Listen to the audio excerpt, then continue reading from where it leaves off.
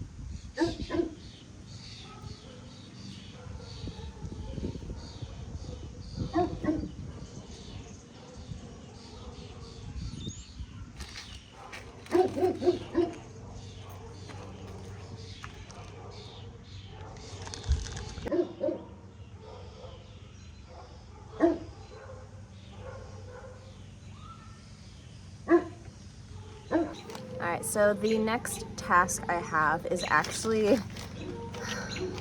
I always say this, it's an experiment. So the wooden bed on my driveway was filled with a bunch of spring flowering plants. So things like tulips, alliums, crocus, I feel like there was one other. Yes, there was one other. I can't remember what it's called.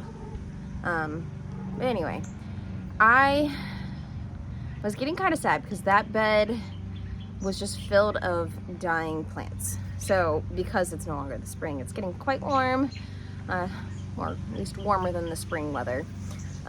Those plants have started to die back, as it is their cycle too.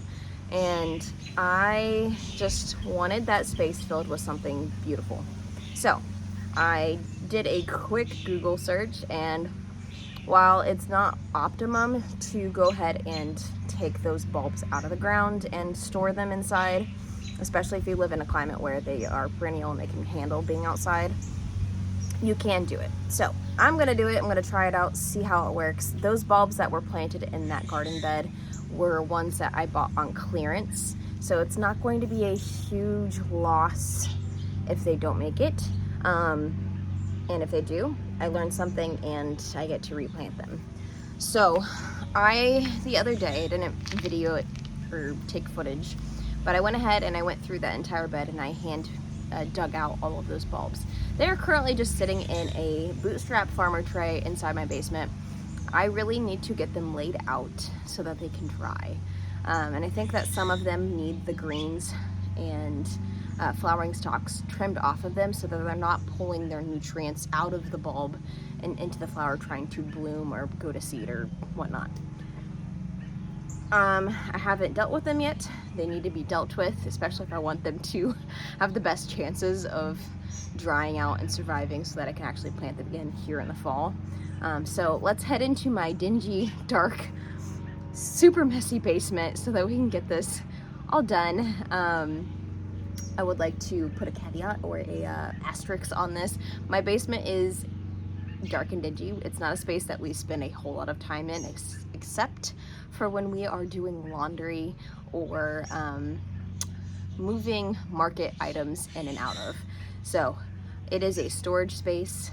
It is unfinished. It is kind of creepy, but it's where I store my bulbs, my onions, my garlic, my potatoes, and my winter squash. So let's head into the basement.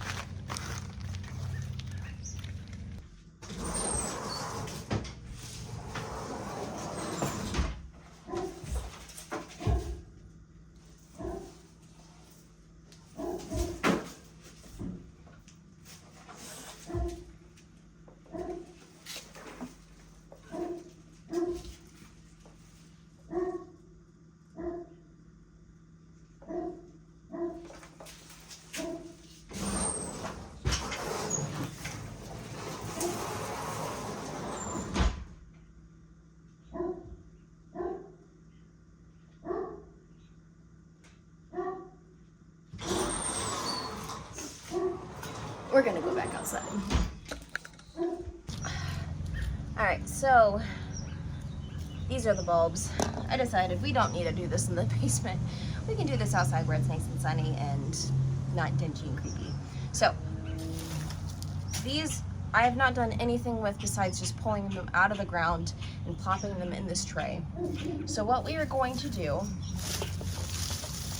is I'm gonna try my best to keep these guys organized in some manner. So I'm gonna grab, I think, two more of my, I'm gonna grab two more of my bootstrap farmer trays to go ahead and use as like organization.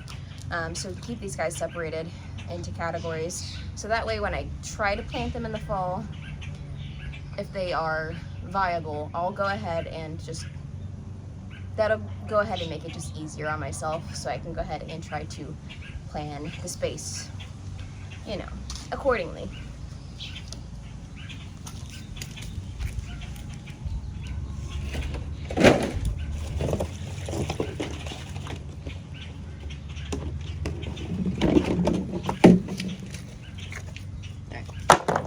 So we got two more trays.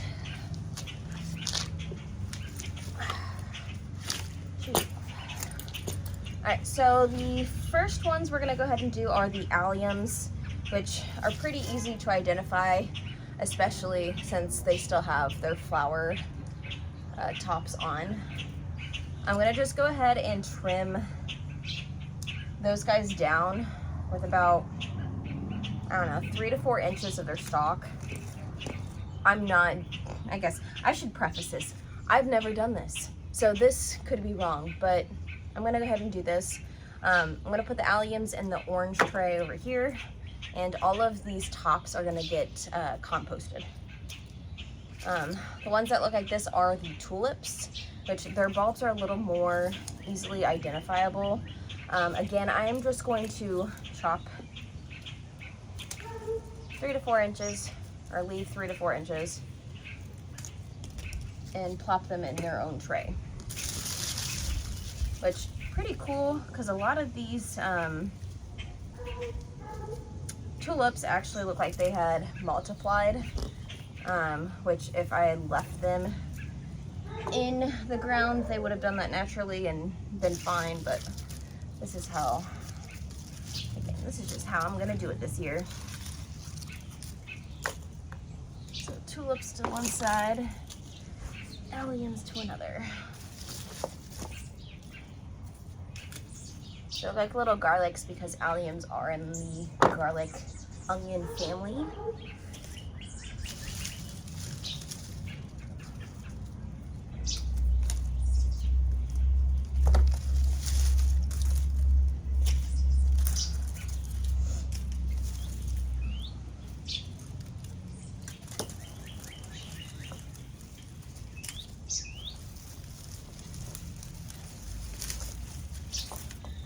Got a little crocus.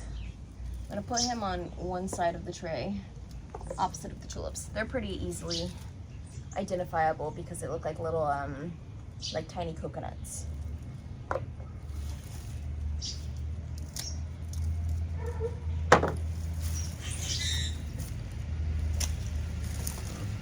Some comfrey over here too.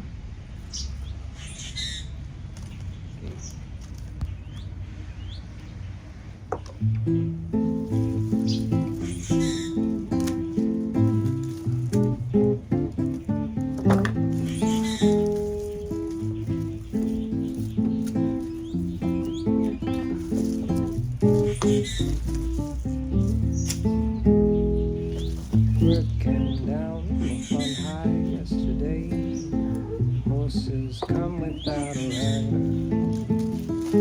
There's no man's a locust and play, both have been strong fire.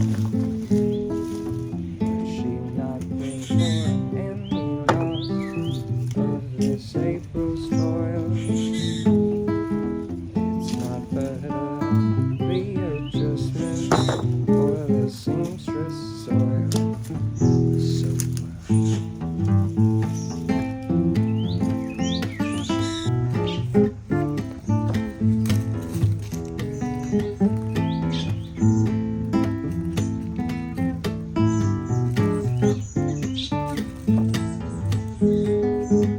when you wander that Republic Avenue, pay no mind to the prophets. Keep your eyes on that magic onion in the sky. She'll lie your way to God. And when you get there, raise your head. Work on words of wonder.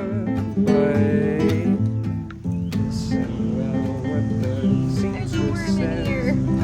Lest you be planted for summer. Buddy.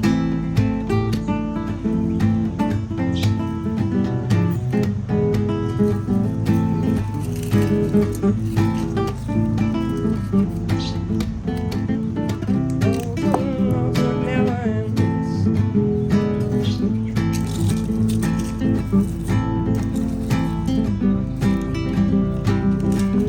I think it's time we listen in. Well, friends, we've got 2 trays. We've got one filled with alliums.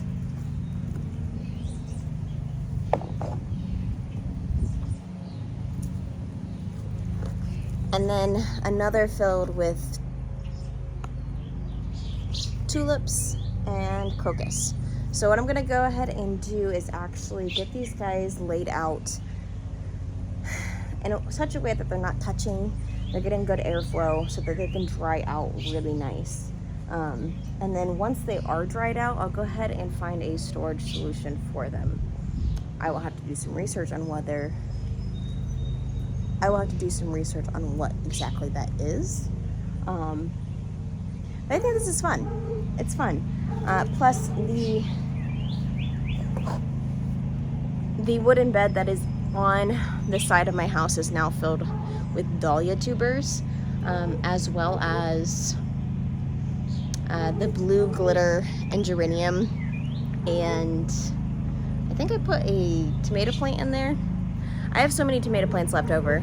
They were way too sickly looking because they had been in their small pots far too long for me to actually donate them to anyone. I did bring some tomato and pepper plants to my grandparents when I went and visited them last weekend, and they were super excited about that. They got them planted pretty quickly. The garden is coming along nicely.